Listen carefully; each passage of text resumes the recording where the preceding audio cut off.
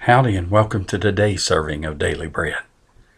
On Friday is when I will continue the narrative about the events after the resurrection and the 50-day period leading up to the day of Pentecost. Now, at 10 days before the day of Pentecost, Jesus met with the apostles and other disciples at the Mount of Olives. Some worshiped Jesus, while others still doubted. Jesus gave us what is known as the Great Commission. He said, "All authority has been given unto me in heaven and on earth. Go therefore and make disciples of all nations, baptizing them in the name of the Father and of the Son and of the Holy Spirit, teaching them to observe all things that I have commanded you.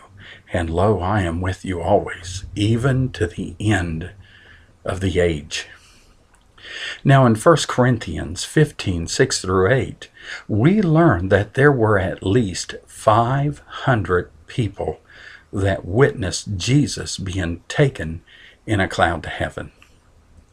It was really hard to doubt the ascension of Jesus because of so many witnesses, and therefore it was and is equally hard to doubt the resurrection of Jesus. In Acts 1, 4 through 11, we get another viewpoint of this event. Here we learn that Jesus told them to stay in Jerusalem and wait for the promise of the Father. The Lord thought this next thing that was going to happen to the disciples was so important that they needed to wait and not go anywhere before they received it. Jesus told them that John baptized with water, but they would be baptized with the Holy Spirit. And after they received that baptism, they would be witnesses of Jesus in Jerusalem, Judea, Samaria, and to the ends of the earth.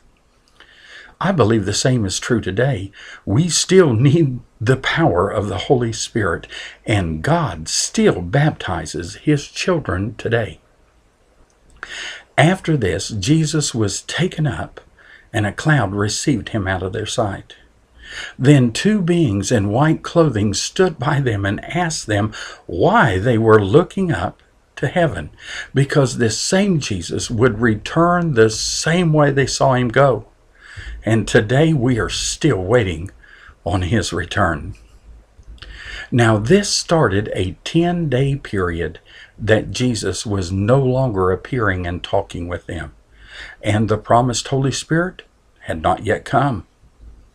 I believe that this was the hardest 10 days anyone could endure.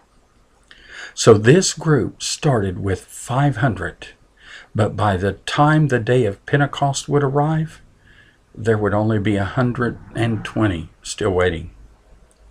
There are always times when we must wait on God. The real question is, are you going to be one of the 380 that couldn't wait, or will you be part of the 120 that waited and received? Now next Friday, we will go over the day of Pentecost, and we will also go over the reason I personally sought out the baptism of the Holy Spirit.